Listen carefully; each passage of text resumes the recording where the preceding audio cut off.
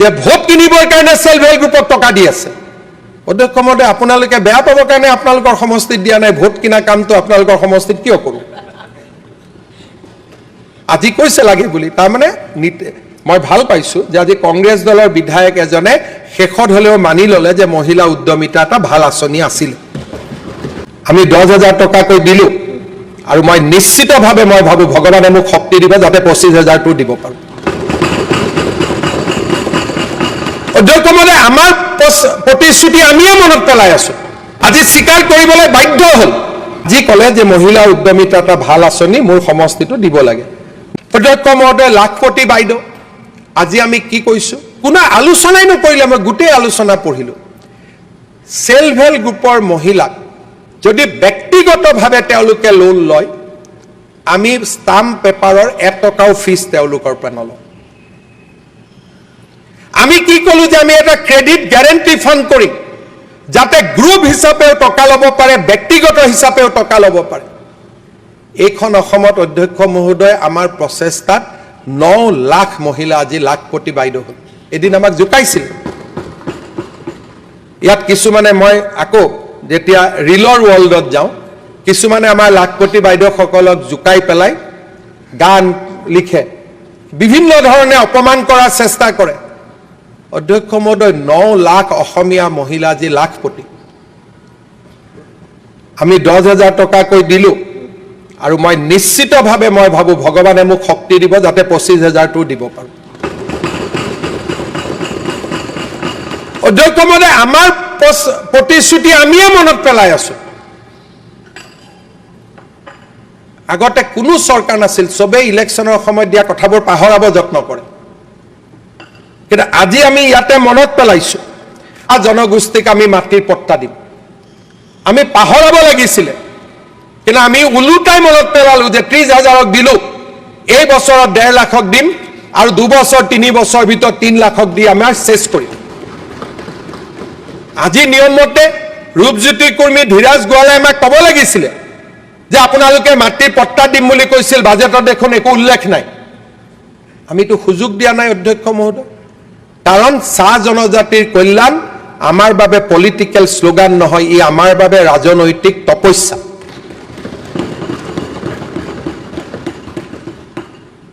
অধ্যক্ষ মহোদয় আজি আমাৰ বাজেটত আমি কৰ্মচাৰীসকলৰ বাবে আজি ইয়াত কৈছে ইউপিএছ ওপিএছ কৰ্মচাৰী পৰিষদৰ আজিকালি যিমানা নতুন কৰ্মী আছে তেওঁলোকটো এনপিএছত থাকিব খোজে উলুটাই পৰিৱৰ্তিত কথাবিলাক আমি বুজিয়ে নাপাওঁ এতিয়া যে 1.5 লাখ 1,60,000 ল'ৰা ছোৱালীয়ে চাকৰি পালে তেওঁলোককটো এনপিএছ লাগে কাৰণ আফটাৰ ৰিটায়াৰমেন্ট ওপিএছত কৈ এনপিএছে বহুত বেছি টকা দিব আৰু যাক ওপিএছ লাগে তাৰ কাৰণে আমি ইউপিএছও কৰি দিছো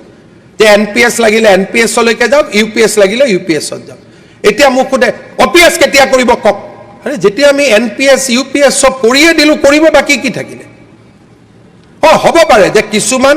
ভেঞ্চাৰ স্কুলৰ শিক্ষক প্ৰাদেশিকৰণ হৈছিল 2 বছৰ 3 বছৰ চাকৰি কৰিলে তেওঁলোকে সুবিধা পোৱা নাই অৱসৰৰ সেই বিষয়টো আলোচনা হ'ব পাৰে আমিতো কেতিয়াও বেয়া নাপাওঁ আজি আমি ইয়াত কলো যে ভেঞ্চাৰ স্কুলৰ শিক্ষকসকলে কলে যে ডেট অফ এপইন্টমেন্ট বদলিব লাগে আমিতো ৰাইজৰ কথাই হাউচত কৈছো যে হয় প্ৰাদেশিকৰণ আইনৰ আমি সংশোধন আনিম 2010 টোক আমি 2014 15 13 আমি যি কৰিব লাগে আমি কৰিম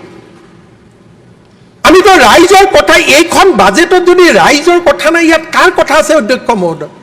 ইয়াত চাহ জনজাতিৰ কথা আছে জনজাতিৰ কথা আছে ভেঞ্চাৰ স্কুলৰ শিক্ষকৰ কথা আছে কৰ্মচাৰীৰ কথা আছে উদ্যোগৰ কথা আছে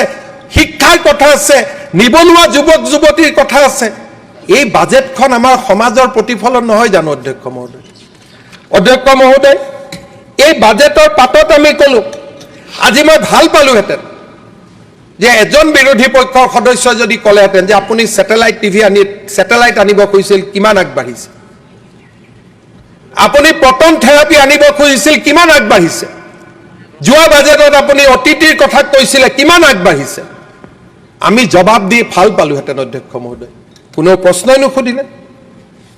আমি তো উত্তৰ দিলোহেঁতেন যে স্যাটেলাইটৰ টেন্ডাৰ হৈছে পটন টিভি 2 দিনতে অৰ্ডাৰ দিম পটন ৰেডিয়েশ্যনৰ আমি 2 এদিনতে অৰ্ডাৰ দিম, OTT আমি 2 এদিনতে উদ্বোধন কৰিম, আমিতো উত্তৰ দিলোহেঁতেন। আজি বিৰোধী পক্ষৰ উত্তৰ কৰিব সময় নাই, কোন দৰ্জী তাতে, কোন টেইলৰ তাতে, কিমান সময়ত ৰাজ্য চৰকাৰে আমাৰ চৰকাৰী কৰ্মচাৰীসকলকো ন্যায় প্ৰদান কৰাৰ ক্ষেত্ৰত আমি কেতিয়াও পিছ হুহুকি অহা নাই। অধ্যক্ষ মহোদয়, আজি আমাৰ মাজত সমস্যা কি? অসমত বহু দিনৰ পৰা এটা বাওঁপন্থী চিন্তাধাৰা বিৰাজমান হৈ আছে। তেখেতসকলে ৰাজ্যখনত বাঢ়িব নিদিয়ে আৰু এটা ফিউডিয়েল ষ্টেটত তেওঁলোকে মানুহক ৰাখিব বিচাৰে, যাতে মানুহে ৰাস্তালৈকে ওলাই আহে, মানুহে আন্দোলনত লিপ্ত হয়, তেওঁলোকে এনাৰ্কি ক্ৰিয়েট কৰিব খোজে। অধ্যক্ষ মহোদয়, আজি যোৱা কেইটামান দিনত আপুনি যদি দেখা পায় যে চৰকাৰে য'তেই এটা আঁচনি লৈছে তাতেই বাওঁপন্থী লোকসকলে বিৰোধিতা কৰাৰ চেষ্টা কৰিছে। অধ্যক্ষ মহোদয়, সদনত আহি কম আমাক হস্পিটাল লাগে, সদনত আহি কম আমাক ৰাস্তা লাগে, সদনত আহি কম আমাক জলসিঞ্চন লাগে, সদনত আহি কম আমাক কৃষি লাগে, কিন্তু অসমৰ বিকাশৰ বাবে আমি য'তেই আঁচনি লৈছোঁ তাতেই গৈ আমি বিৰোধিতা কৰিম। অধ্যক্ষ মহোদয়, অসমৰ বৰ্ধিত চাহিদাৰ প্ৰতি লক্ষ্য ৰাখি আমি অসমে বিকাশৰ ৰাস্তাত যাবই লাগিব। আজি যদি আমি প্ৰতিযোগিতাত লিপ্ত নহওঁ, অসম 6 আৰু 4 1 নম্বৰত তলৰ পৰা থাকিব। আৰু যদি আমি প্ৰতিযোগিতাত লিপ্ত হওঁ, অসমত যদি আমি উন্নয়নৰ প্ৰতিযোগিতাত লিপ্ত হওঁ, টাফ জব, কিন্তু আমি লাহে লাহে আমাৰ ৰাজ্যখনক আগুৱাই লৈ যাব পাৰিম।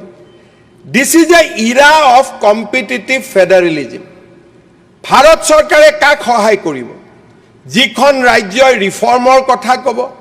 যিখন ৰাজ্যই দেশক আগুৱাই লৈ যোৱাৰ কথা ক'ব, যিখন ৰাজ্যই ক'ব যে মই ইলেক্ট্ৰিচিটি ছাৰপ্লাছ হ'ম, যিখন ৰাজ্যই ক'ব মই 100% লিটাৰেচি আনিম, যিখন ৰাজ্যই ক'ব যে মই উদ্যোগীকৰণ কৰিম, যিখন ৰাজ্যই ক'ব মই ৰপ্তানি কৰিম, যিখন ৰাজ্যই ভাৰতৰ বিকাশত সহযোগিতা বিচাৰিব খুজিব, সেইখন ৰাজ্যক ভাৰত চৰকাৰে সহায় কৰিব। আৰু যিখন ৰাজ্যই ভাৰতবৰ্ষখনক আগুৱাই যাব নিদিব, নিশ্চিতভাৱে সেইখন ৰাজ্যক কোনো চৰকাৰে কেতিয়াও সহায় নকৰে। আৰু যেতিয়া সহায় নকৰিব, আপুনি সদায় সকলো ফালৰ পৰা পিছ পৰি থাকিব লাগিব। অধ্যক্ষ মহোদয়, আমাৰ পূৰ্বাঞ্চল আৰু উত্তৰ পূৰ্বাঞ্চলত কেইবাটাও নতুন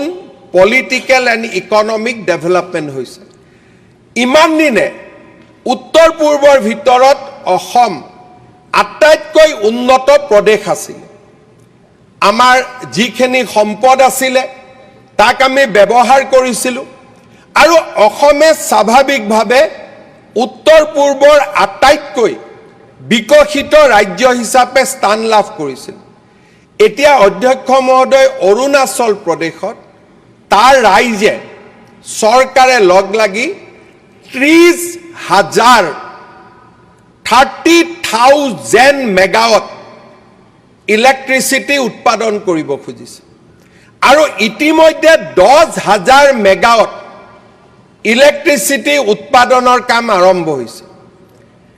30,000 মেগাৱাট ইলেক্ট্ৰিচিটিৰ পৰিকল্পনা হৈছে। ক'তো এটা আন্দোলন নাই, ক'তো এটা প্ৰতিবাদ নাই,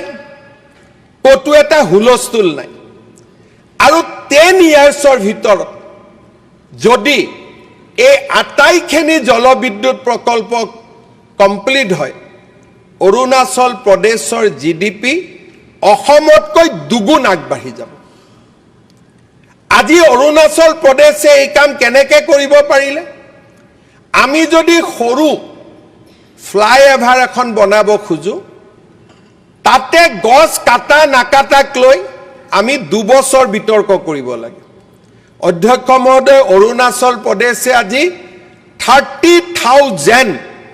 মেগাৱাট পাৱাৰ উৎপাদন কৰাৰ পথত আগবাঢ়িছে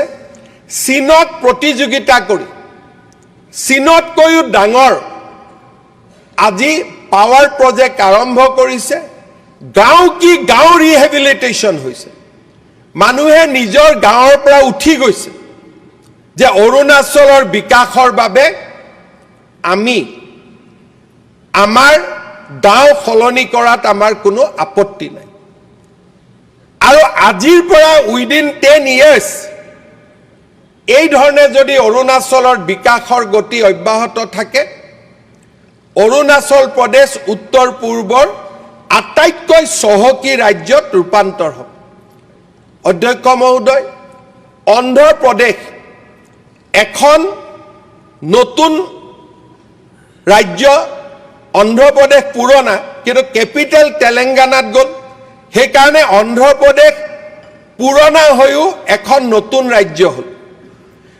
অন্ধ্ৰ প্ৰদেশ চৰকাৰে সিদ্ধান্ত ল'লে যে আমাৰ নতুন ৰাজধানী অমৰাৱতীত আমি নিৰ্মাণ কৰিম অধ্যক্ষ মহোদয় চন্দ্ৰবাবু নাইডু ডাঙৰীয়াই ক'লে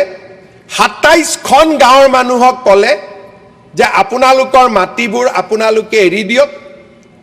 যেতিয়া অমৰাৱতী হ'ব আপোনালোকক মই কমাৰ্চিয়েলি ডেভেলপ প্লটছ আপোনালোকক মই উভতাই দিম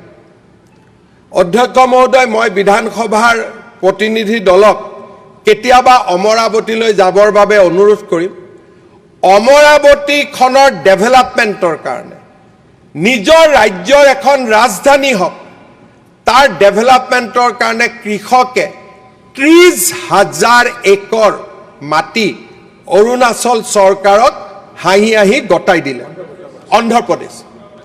অমৰাৱতী আজি নিৰ্মাণ হৈছে আৰু চন্দ্ৰবাবু নাইডু ডাঙৰীয়াই কৈছে যে যেতিয়া ইয়াত ৰাজধানী হ'ব ৰাজধানীৰ মাজত প্ৰতি একৰ লেণ্ডৰ বিপৰীতে ইমানখিনি ডেভেলপ মাটি আমি কৃষকসকলক উভতাই দিম আৰু যেতিয়ালৈকে কৃষকসকলে এই মাটি নাপাব বছৰি তেওঁলোকক আমি এটা এনুইটি দিম অধ্যক্ষ মহোদয়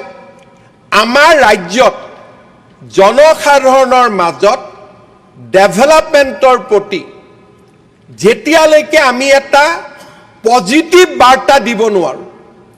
যেতিয়ালৈকে অসমৰ মানুহক আমি সঁচা কথা নকম যে এই ৰাজ্যখনত যদি আমি উদ্যোগ আনিব নোৱাৰোঁ এই ৰাজ্যখনত যদি আমি বিদ্যুৎ উৎপাদন নকৰিব নোৱাৰোঁ এই ৰাজ্যখনত যদি আমি সেমিকণ্ডাক্টৰ ৰিভলিউশ্যন আনিব নোৱাৰোঁ এই ৰাজ্যখনত যদি আমি আৰ্টিফিচিয়েল ইন্টেলিজেন্সৰ কাম কৰিব নোৱাৰোঁ ইয়াত যদি ওয়াৰ্ল্ড ক্লাস ইউনিভাৰ্সিটি আমি পাতিব নোৱাৰোঁ we do not have any future ভাৰতবৰ্ষৰ প্ৰতিযোগিতাৰ কম্পিটিটিভ ফেডাৰেলিজমত আমি বহু দূৰ পিছুৱাই যাব লাগিব আজি অধ্যক্ষ মহোদয় অসমত কি হৈছে প্ৰথমতে আমি কম যে আমাক ফ্লাইওভাৰ নালাগে আৰু যেতিয়া ফ্লাইওভাৰখন নিৰ্মাণ হ'ব তেতিয়া আমি গৈ কম আমাক ফটো আকাৰ ভাল জায়গা দিব লাগে একেবিলাকে মানুহ অধ্যক্ষ মহোদয় আমাৰ ৰাজ্যখনক আমি ভাল পাব শিকিব লাগিব আমাৰ ৰাজ্যখনত যদি ভাল পাব যদি আমি নিশিকো অসমত যদি আমি ফাৰ্টিলাইজাৰ প্ৰজেক্ট কৰিব নোৱাৰোঁ সেমিকণ্ডাক্টৰ আনিব নোৱাৰোঁ স্যাটেলাইট সিটি যদি আমি বনাব নোৱাৰোঁ নতুন পেট্ৰোকেমিক্যাল কমপ্লেক্স যদি আমি কৰিব নোৱাৰোঁ অসমত যদি কোৱান্টাম কম্পিউটাৰ আৰ্টিফিচিয়েল ইন্টেলিজেন্স আনিব নোৱাৰোঁ আমাৰ ৰাজ্যখন অধ্যক্ষ মহোদয় আমি কেনেকৈ আগুৱাই লৈ যাম আজি আমি আমাৰ অসমত 600 মেগাৱাট পাম্প ষ্টৰেজ এটা কৰাৰ বাবে আমি যুদ্ধ কৰিব লাগে মই অৰুণাচলৰ মুখ্যমন্ত্ৰীক সুধিছিলোঁ যে পেমা ভাই 30,000 মেগাৱাট আপুনি কেনেকৈ কৰিব আন্দোলন কৰিতো শেষ হৈ যাব বোলে নহয় দাদা আমাৰ মানুহেতো আমাক সুন্দৰভাৱে সহযোগিতা কৰি আছে আজি আমাৰ বিধানসভায় আমি চিন্তা কৰিব লাগিব যে ৰাজ্যখনক লৈ আমি এটা নিগেটিভিটি ক্ৰিয়েট কৰিম যে আমাৰ ৰাজ্যখনক লৈ আমি এটা পজিটিভিটি ক্ৰিয়েট কৰিম যোৱা 5 বছৰত আমাৰ ৰাজ্যখনৰ চাৰিওফালে আমি এটা ইতিবাচক পৰিৱেশ সৃষ্টি কৰাৰ বাবে আমি কাম কৰিছোঁ আজি অধ্যক্ষ মহোদয় আমাৰ চৰকাৰক কেতিয়াবা অভিযুক্ত কৰা হয় যে ৰাজহুৱা শিক্ষা ব্যৱস্থা আপোনালোকে শক্তিশালী কৰা নাই অধ্যক্ষ মহোদয় অসমৰ দৰে এখন দুখীয়া ৰাজ্যত যোৱা 5 বছৰত আমি ৮১,০০০ নিযুক্তি দিছোঁ শিক্ষা বিভাগত অধ্যক্ষ মহোদয় তাতকৈ কৰাৰ বাবে আমাৰ সামৰ্থ্য ক'ত পেট্ৰলৰ ওপৰত আমি এটকা বেছি ল'ব নোৱাৰোঁ আমি কোনো সামগ্ৰীৰ ওপৰত যোৱা 10টা বছৰত এটা টকাৰ অতিৰিক্ত আমি টকা ল'ব নোৱাৰোঁ বিৰোধী পক্ষই কৈছে আপোনালোকৰ বাজেটখন বঢ়া কিয় নাই ডেফিনেটলি অধ্যক্ষ মহোদয় বাজেট বাঢ়িব